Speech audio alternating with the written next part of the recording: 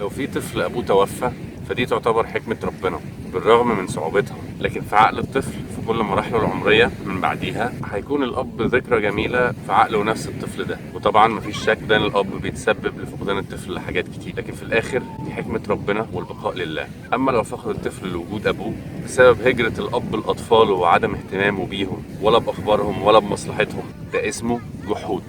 طبعا في ابهات بيسافروا يشتغلوا وده مشروع، لكن لو ده حالك لازم تفكر هتعوض اطفالك ازاي عن الوقت اللي انت قضيته بعيد عنهم. ده تعويض الاطفال عن غيابك مش باللعب والهدايا، ده بالحب والتواصل والعاطفه والوقت. ولو انت مش عارف تشوف اطفالك بسبب امهم او عيلة امهم، فانا بترجى كل الامهات اللي حارمه اطفالها من ابوهم علشان خاطر اطفالك وسلامتهم وصحتهم النفسيه، انسي نفسك شويه والانا بتاعك، واعرفي ان اللي انت بتعمليه ده في اذى لاطفالك اكتر ما انت فاكره بكتير.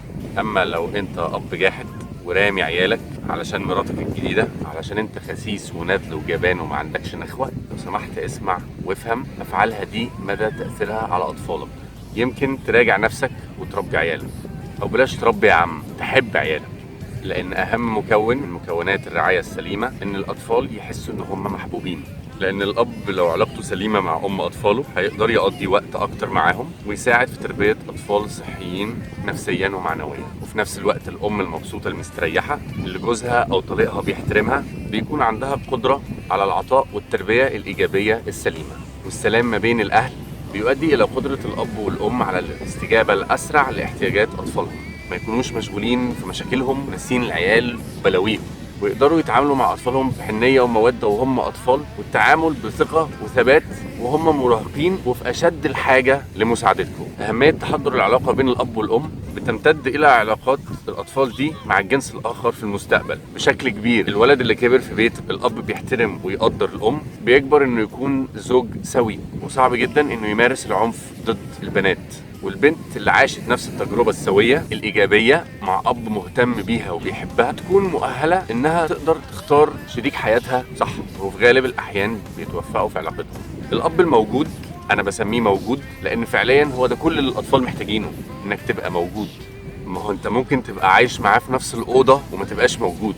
الدراسات أثبتت إن الأطفال لو عندهم أب مشارك في العناية والرعاية بيهم وبيقضي وقت مناسب معاهم في اللعب، خصوصا في السنين الأولى من حياة الطفل، بيكون الاي كيو أو مستوى ذكاء الطفل أعلى بطريقة ملحوظة جدا من اللي ما كانش بيستمتع بالفرصة دي. ده بجانب إن مستواه بيبقى أعلى لغويا وفكريا وإدراكيا وأكاديميا، وبيبقوا عندهم صبر أكتر، بيعرفوا يتعاملوا مع الضغط والإحباط اللي الأطفال بيواجهوه في حياتهم الطبيعية اليومية. والدراسة دي مسجلة في بلاد كتيرة جدا في حضارات كتيرة جدا، وكلهم بيطلعوا بنفس النتيجة. دي حاجة إنسانية عامة. الأطفال اللي بيتمتعوا بوجود الأب لرعايتهم فرصتهم أعلى بكتير إن هم يكونوا شخصية آمنة سكيور، مطمنة واثقة في نفسها، وده بيسمح لهم انهم يبنوا علاقات ايجابية ويكونوا اصحاب ايجابيين. مش بس كده، الاطفال دول بيعملوا مشاكل اقل في البيت وفي المدرسة وفي المنطقة وفي النادي. عملوا دراسة تانية عن الاطفال الرضع وسرعة استجاب الاب لعياطهم او لعبهم، وطبعا برضو اكدوا فرق كبير جدا في ذكاء الاطفال دي وتطورهم كل مراحلهم العمرية بعد كده. يعني ده معناه ان انت مش بس تبقى موجود، انك انت تكون تلبي احتياجات طفلك اسرع. ان انت حتى لو موجود وطفلك بيعيط وطفلك بينده او طفلك عايز يلعب، لازم تلبي الكلام ده بايدك، تقدر تعلي من مستواه او تخفز بيه الارض. فغياب الاب بيؤثر في نمو الطفل، وبيؤثر على علاقاتهم وشخصيتهم، وبيتسبب في الحرمان من العطف، وبيؤثر على ضمير الطفل الأخلاقي، بيؤدي إلى صراعات نفسية وإلى الاضطراب وعدم التوازن العاطفي، وبيؤثر على علاقات الطفل الشخصية مع الآخرين وإحساس الطفل بالأمن، بيؤثر على مدى التحصيل الدراسي، وبيؤثر على نفسية الطفل وصحتها، وبيؤدي إلى الاضطرابات السلوكية وكثرة وقوع الطفل في مشاكل. ده غير بلاوي تانية كتير. في الحالة دي ربنا يخليك يا ماما ويقويكي على المهمة الصعبة دي، لأن دلوقتي مطلوب منك إنك تتمالكي أعصابك وتحافظي على اتزانك النفسي وتستغلي قدراتك الذاتية والخارجية اللي هتقدري تستعيني بيها، وتقومي بدور الأب والأم مع بعض لتخفيف الآثار السلبية والنفسية للمطب اللي عمله الندل اللي ساب عياله وجري ده.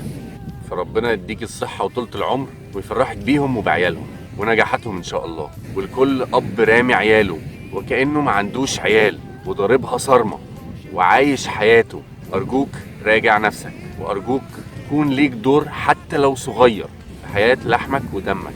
مهما كانت العوائق بينك وبينهم. كل حاجة ليها حل. ولو انت مغيرتش رأيك وموقفك ومهمكش الكلام اللي فات ده كله، فمن قلبي بدعي لك ان ربنا يديك على قد نيتك، وان ان شاء الله ما تشوفش يوم حلو في حياة طويلة مملة وفاضية. لان اي اب عنده فرصة يشوف عياله وما بيشوفهمش، اكيد نيته زي وشه.